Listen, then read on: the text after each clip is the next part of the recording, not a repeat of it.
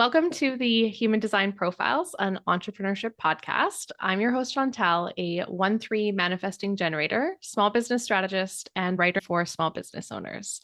True to my profile, this podcast is an active learning experiment on how we experience being entrepreneurs on an individual level while we satisfy our desire for self-awareness. Each episode profiles a business owner and human design enthusiast who's here to share how their personal profile lines influence their business journey. Today's guest is Ella Worsley, a dedicated and skilled practitioner in the field of holistic well-being and mental health. Ella seamlessly integrates various holistic healing modalities, including timeline therapy, Reiki, and neurolinguistic programming, complemented by coaching and counseling practices. Ella is a facilitator, speaker, podcast host, and meditation teacher who excels in creating transformative experiences through workshops, retreats, events, online programs, and through her private clients. With a wealth of experience, a thirst for knowledge, and drawing from her own lived life experiences, Ella's invaluable insight, coupled with her passionate energy, leaves a lasting impression on everyone she meets. As co-founder of the Enlighten Co., Ella is passionate about creating powerful experiences that deliver lasting and sustainable results for the community, where personal growth, healing, and transformation become your new reality. Have a listen while today's guest, Ella, a 5-1, shares her story while you read between the lines. Ella, let's talk about what being a 5-1 is like for you. Being a 5-1, I feel like it's a beautiful representation for me of like a lighthouse, so to speak. I feel like when I'm on and I'm bright and I'm in my zone of genius and I'm feeling good within myself, I do have this beautiful magnetic light that calls things in and things are happening and I'm feeling great. But then there's those times where I want to switch off and I want to go within and I'm not as energetic. And, I really obviously honor that phase as well. So I feel like the results that I'm creating or the things that I'm experiencing in my external reality are often a representation of what I'm feeling internally. Oh, that's interesting. It's the way you describe it is almost like this duality where you alternate between the two, which is fascinating to me because for me, I kind of just experience both layered one on top of the other all the time. That's interesting though, how the back and forth works for you. Yeah, I think again, like with social media, with clients, with all of the things, like I know when I'm again feeling good within myself, when I'm rested, especially like I know when I'm not feeling rested, when I'm needing to really energize, there's the times where I'll really need to go within and I won't feel like showing up online as much. I won't feel like promoting things or like getting out there and doing things as much. Worse, when I am, I'll want to be everywhere doing all the things and I'll be like on social media to the point where I'm like, oh, I think I need to get off a little bit today. Like that's enough. Right. Yeah. And so it sounds like when you take that bit of a retreat, that's when more of the one line shows up for you. What are some of your current one line obsessions? What are you diving deep into knowledge for? I'm currently completing counseling. I'm doing that certification at the moment. So that's something I'm loving. I'm diving more into trauma-informed work as well. So really learning about that. I've already kind of dove deep into that already, but I feel like I'm going back in with a bit of a different lens at the moment and just learning more. I'm always learning, to be honest. Like I'm always learning, relearning, reading, rereading. I feel like I am my best friend in that space sometimes, with my own worst enemy sometimes in that space as well, because I sometimes have to sit with, like you know enough, you're doing enough, like there's enough expertise there, because I just feel like there's just constantly this thirst for knowledge that can't always be sustained, so to speak. So I feel like again I'm always learning something. As a fellow one line, I can definitely relate to that. And especially what you said about the layering of knowledge, coming back to a topic again. I love that experience as well, relearning something with bringing in new perspectives and new experiences that I've learned since the last time that I learned it. That's one of my favorite things as a one line as well. Yeah, love that. Yeah. And then as a 5 line, you're really here to create impact. You talked already about how alignment really changes that for you, how you feel like you can express that impact more when you're in your own alignment. But in what ways right now as an entrepreneur do you feel that you're able to create the most impact? Right now, what feels true for me is impact probably more in my deeper one-on-one sessions and my private client work as opposed to social media. I'm having a little bit of a weird relationship with social media at the moment. I'm finding that it's feeling a little bit heavy, and I'm also just finding that I'm redefining my relationship with it a little bit. Like we've been in this like love-hate relationship for the last like 10 months. And yeah, just finding who I am with it at the moment, because I'm even tossing up between creating like a personal Instagram and then having my business one, because they've kind of always been intertwined, but I've been sitting with, I don't know if that really is right for me, and obviously my type as well. So I feel like my deeper work and the way that I am impacting is more of like behind the scenes, behind the closed doors, in more of those intimate sessions as opposed to social media. But I'm fine tuning things so that I can get back to the social media piece as well, because I feel like that is a space that I really thrive in when I'm feeling in alignment with it. Right. Well, to keep up alignment on I think you have 3 different accounts that I saw. That's a lot going on. I have Moonlight and Co. Retreats, my business one, potentially my personal one as well. So yeah, just finding where you sit with it, because, you know, I kind of fell into the business journey, and before I knew it, I had like this Instagram that I was growing, and, you know, there was the personal elements, because as a coach, as a counselor, as a therapist, you know, my life is also my work as well. You know, I like to be the embodiment of my work, but also finding myself, I've kind of found like I've been wrapped up in my identity in my socials a little bit too, and just like, okay, who am I outside of that as well? And feeling like maybe I need to separate them a little bit to find more inspiration in my everyday life outside of my work, and then feed that back more into my work as well. And yeah, I'm in this interesting space at the moment. So as a 5-line, do you feel like the persona that you are online influences how people view you, especially at the beginning when they don't know you as well yet? Yeah, I definitely feel like people can, you know, make their own perceptions and have their own experiences of me. And sometimes I feel like they can be very different to when they meet me in person and things like that too. And I know that's for everyone as well. I know that people are always going to have their experiences of you and their projections of you, and they can think that, you know, that you're this person, and then meet you in person and it's different, or it doesn't meet their expectations of who they think that you are. I've definitely experienced that from time to time. But I think, you know, outside of that, I think everybody experiences that to some degree as well, like where people are always perceiving us through a certain lens, and that lens is different for every person as well. So whether we're meeting their expectations of us or not is always a different story. Correct. And our reputations do always precede us, especially in this age of social media. So whether we're 5-lines or not, that's Yes. absolutely true. Yeah. Okay. You told me that you feel like you're really able to guide, and that's one of the gifts of your profile. So how does that theme of guidance play out for you, either in your offers or just in how you experience entrepreneurship in general? I feel like I have the ability to see people deeply, and to not to see the, you know, the face, the makeup, the hair, the clothes, the exterior. I feel like when I'm sitting with someone, I can see inside of them. And obviously maybe that's like that projector penetrating field, but I do feel like I have the ability to see below the surface, whether that's something that they're showing me or whether that's just something that I'm able to kind of feel into as well. I'm also very intuitive. So yeah, I think that my gift is to guide people back to maybe things that I see that they don't quite see yet, through questions, through prodding, through, you know, allowing them to be guided back to their own internal GPS. And so I love open-ended questions. I love deepening questions. I love, you know, getting people just to think about certain things in a certain way, and just opening their mind up to things that they haven't thought about before through some just really, again, inquisitive questions. So I find that I do support people a lot in that space through my client work, especially because, yeah, I feel like I am here to guide in a certain way. But I guess that also shows up for me in, you know, my everyday life, in being an example. I really love to pride myself on living an embodied life and practicing what I preach and doing the things that I tell people, you know, work for me. And so showing up as that example myself is another way that I guide people. But yeah, there's lots of different ways, through trainings that I run, through workshops. Yeah, again, being that example myself, there's lots of different ways that I feel I do show up and guide people. But guide people back again to their internal truth, because I'm not here to tell people what that is for them. I might see my own perceptions, I might see little things that I'm like, oh, that would be a great space for you to lean into. And oh, have you noticed this over here? But again, at the end of the day, people are their own best healers, teachers, guides, and often we're just disconnected from that information. And so, you know, I like to think of myself as just bridging a little gap for them and just giving them that push, that loving encouragement to explore what is already going on internally.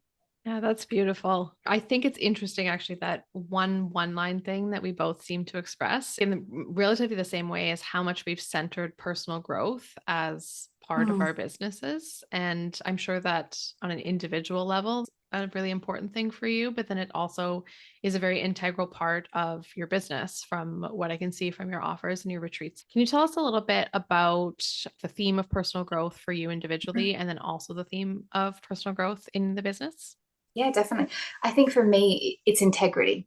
Yeah, I think I would never go and sit with a therapist that hadn't done their own internal work. Like, to me, if I was to work with a money coach, I'd never want to work with a money coach that was broke. I'd never want to go to someone and learn about relationships if they had, really poor toxic relationships. I'd never want to learn about communication from someone that didn't know how to communicate properly. So I think for me, whatever we're choosing to work on, obviously with other people, whatever we're choosing to do as our profession in life, I think there's always got to be some level of integrity there. If I was to go and take people through inner child work, which I do often, and I hadn't done that myself, that's not sitting in integrity for myself. So for me, everything that I teach on, everything that I share, every conversation I like to have, it's either, coming from that space of I've explored it myself, or it's something that I've done on a healing level, as well as, I've gone and learnt about it on a certain level, whether it be through studies, qualifications, or just my own, beautiful research that I do as well. But I think, again, if we're guiding people in life and we're taking them on these journeys, especially when it comes to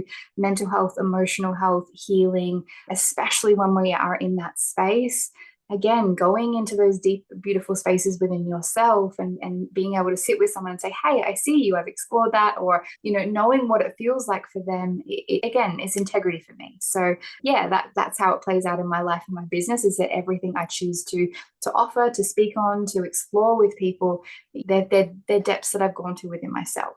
That's so wonderful to hear. I love hearing how you phrase that, how you reflect that.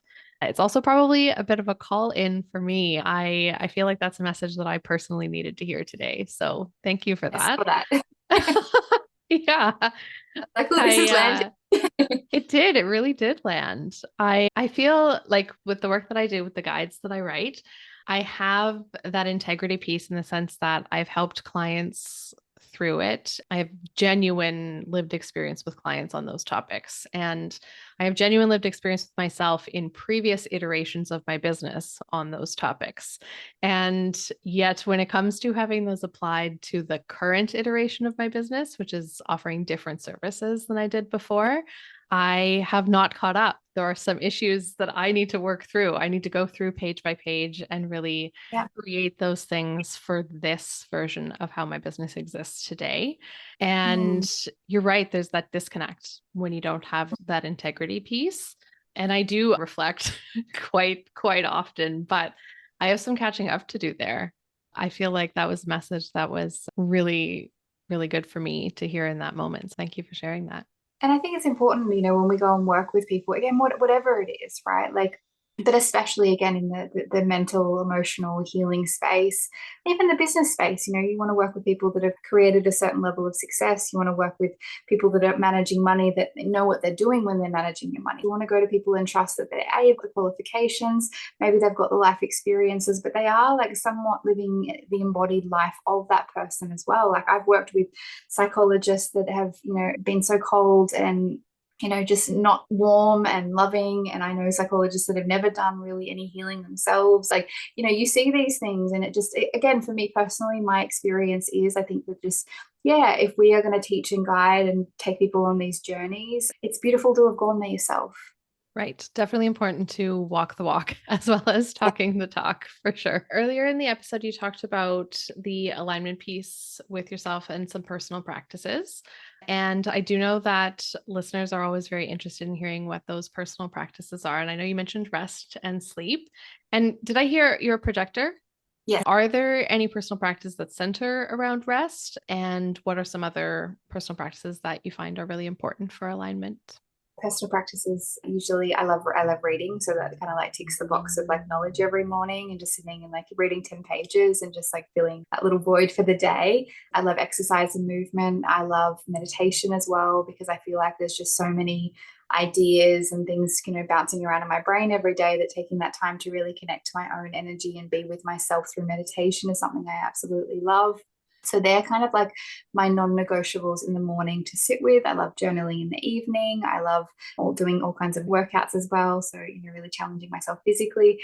But I think the biggest thing for me is you're really leaning into my capacity, because again, as a projector, I feel like I have a certain level of capacity. And then once I kind of hit it, it's like, oof, like I feel depleted and I want to tap out, I want to go rest. So in my schedule, I will usually block out from like 2 to 3 in the afternoon. And that's like when I'll just take some time to rest. Sometimes it'll be a little bit earlier, but I'll usually eat around that time. And I'll just take like an hour off screens. And sometimes I'll put on a hypnotherapy session. I'll lie down for half an hour. I'll usually fall asleep to it, or I'll go into a hypnotic state. But it's like this, I hit the reset button. And then that way, when I come out of it, I wake up in the afternoon, I have a nice coffee, I do some more work for a couple of hours, I go and do some things. But it also almost like, it's like I wake up and I feel like I've got a second day. So I have 2 separate days almost. And I don't know, it's been something that I've been doing for a while, where it really, really works for me, because I give my brain that mental rest as well. So I don't feel like I ever go into, and sometimes I do, sorry, because my schedule doesn't allow it. But I usually don't feel like I go into that overloaded state where, when you just like feel a little bit fried, you feel like you haven't taken that time, you're just a bit scattered. Like when I feel myself going into that space, I have the awareness around that. I check in, okay, cool, what am I needing to bring myself out of this? So I really try and avoid going into that spaced out, I'm too busy and I'm too overloaded space. And I often can do it through prioritizing that rest in that day. And again, also checking in with my capacity. So, how much capacity do I have each day? And just because I have time available in my schedule doesn't mean that I have capacity available. That's a big thing that I've learned, because, we'll often look at our schedule and be like, oh, I can fit in something there. I can fit in something there.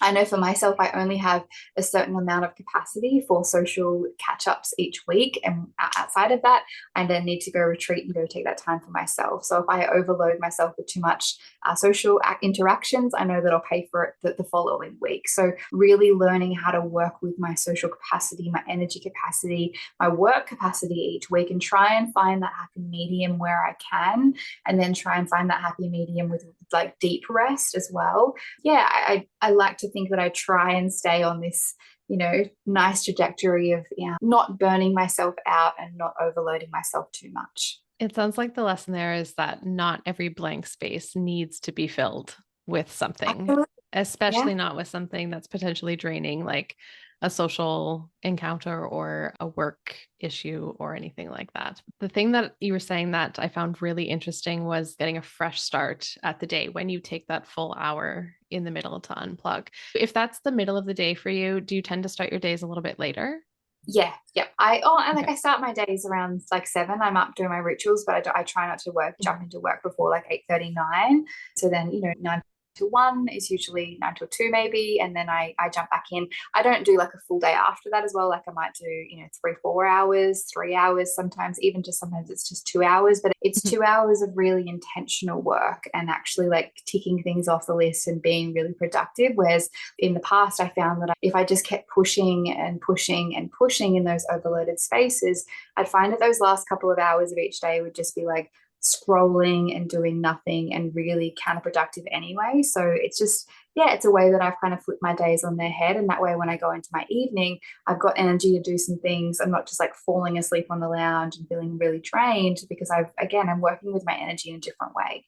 That's a beautiful expression of that self-knowledge that you were talking about. Even just knowing what it is that will refill your cup partway through the day. Like knowing, okay, today's a hypnotherapy day. I just need to lie down and close my eyes, more than just don't look at screens, don't look at anything, close my eyes and just lay there. I find that sometimes I can go down rabbit holes and I want to seek out the information. I like to know different things and I like to keep up to date with what's going on in the world and things that I should be aware of. And like, I love communicating. I'm a huge communicator. So I love like checking in with all of my clients and talking. And so I know that, because I like doing all of these things, again, I need that space to do the opposite. Mm-hmm. And as someone who does hypnotherapy, when you do that yourself, is that like a track that you've recorded for yourself, or what does that practice look like for you? They are usually either a combination of my own ones that I've created for like clients. So they're just like very generalized. I don't have any names or any specific things in there. Or I have a couple of favorite people that I like listening to on YouTube as well. But generally, they'll be my own ones that I like to create.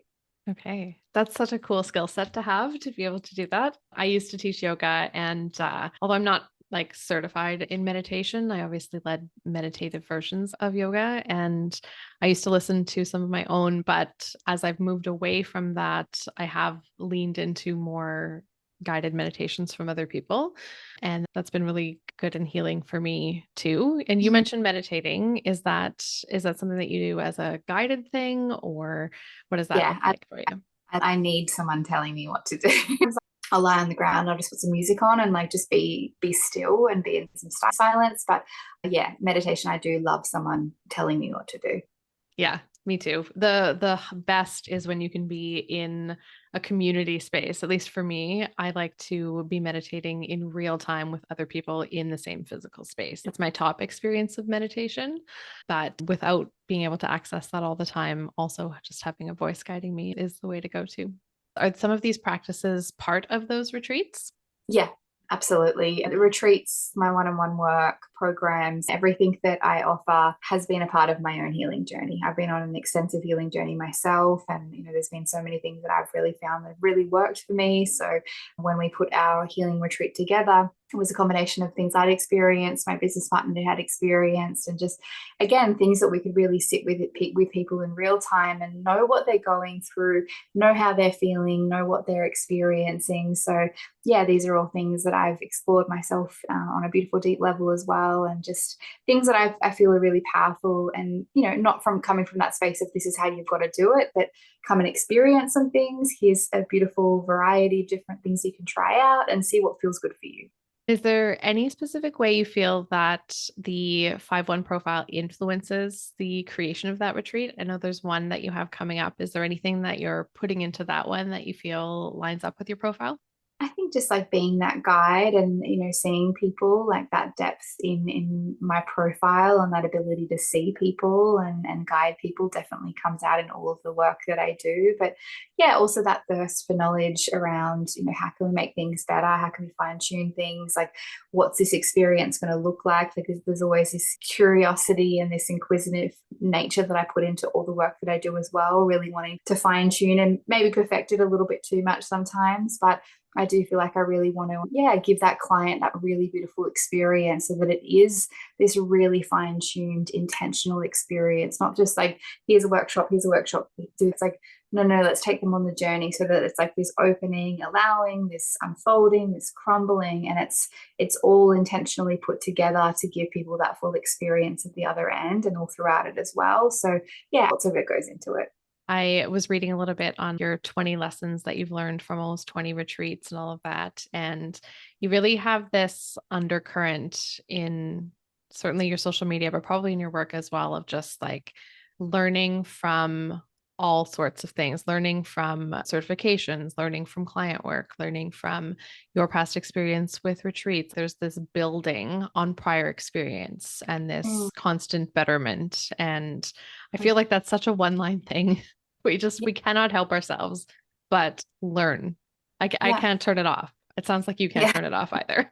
No, definitely. When you actually go through something on a personal level and you find things that work, or you find a higher meaning, and then you then couple it up with the humanness and the emotion and the mess of it as well, again come from that space of here's the higher perspectives, the learnings, here's why it was beautifully unfolding for you and it was a part of your life's journey, but allow yourself to feel it and go through it and learn all the things in that space as well. Like I think it's such a beautiful space to teach from. And I guess I'm so grateful for every life experience that I go through. I went through some trauma this year as well. And I came out the other side pretty quickly because of my resilience, but I came out the other side just with this deep level of gratitude of like, wow, like I was gifted this experience now that I can help other people with this. And it's not like I'm going to go out and become a trained professional in that, but I know that if I have clients that come through and they experience a certain problem, I know I'm going to be like, okay, cool. I've been through that myself. Like, I know that I can come from that space of understanding. You have this depth to draw from. Yeah. Yeah. Lovely. Well, thank you so much for chatting with us about your profile today and about all of the guiding work that you do. It was a delight. We close every episode of the HD Profiles podcast with a card reading. I'm using a deck that is a custom human design affirmation deck created by Christina of Glow Glow Juice HD. These cards that I'm holding are 5-1 specific. They are written for your profile. We're going to take a deep breath together and I'll invite your response. So we'll breathe in and out. The card that I've selected says, I release the pressure to save or fix everyone and everything, even though I am asked to myself. How can I unburden myself? Is there anything that comes up or anything that brings to mind? Yeah, it's not our responsibility to fix people, and it's not our responsibility to help people. And just because you have the knowledge, you have the skills, you have the space, you have the capacity, doesn't mean that every single person is meant to come into your field to be supported. And that's definitely something I've had to learn along the way, because I've definitely like fought for people and really wanted to make things happen for people, and sat almost in frustration myself of like, oh my gosh, I can help, like let's go, let's do the thing. But people have got to be ready, willing, and able if they want to create change. And unless those three things are there, and that self-responsibility and that radical responsibility around, okay, I'm ready, like I'm willing to create the change, it's not our responsibility. So I think, coming back to knowing that I don't also create change with people, and we don't create change with people. People create change for themselves. We're just there to guide and offer information and support and like have the pom-poms and cheer them on and do the thing. But I think it's knowing that everyone creates change for themselves through that, whatever it is that they need to go through internally. And so, yeah, I think when we step out of that space of needing to ride on a white horse and save everybody, and know that everybody's there to save themselves, so that we can provide a space for them to do that, then it changes the way that we look at that. Absolutely. Thank you so much for sharing. I am thrilled to have been able to speak with you about this today. Can you let people know where they can connect with you? Yep, I am on Instagram at Ella Worsley. That's Worsley. The Enlighten Co. I'll pop some links across so they can be in the show notes as well. My website is under construction at the moment, but there's some places you can go and check me out. I'm also on Insight Timer if you're into meditation. I think I'm Ella Worsley or Ella Elizabeth on there. But yeah, come and meditate with me. There's lots of beautiful meditations over there as well. Oh, wonderful. I'm going to check those out. I am a huge fan of Insight Timer. So I'm glad that you mentioned that.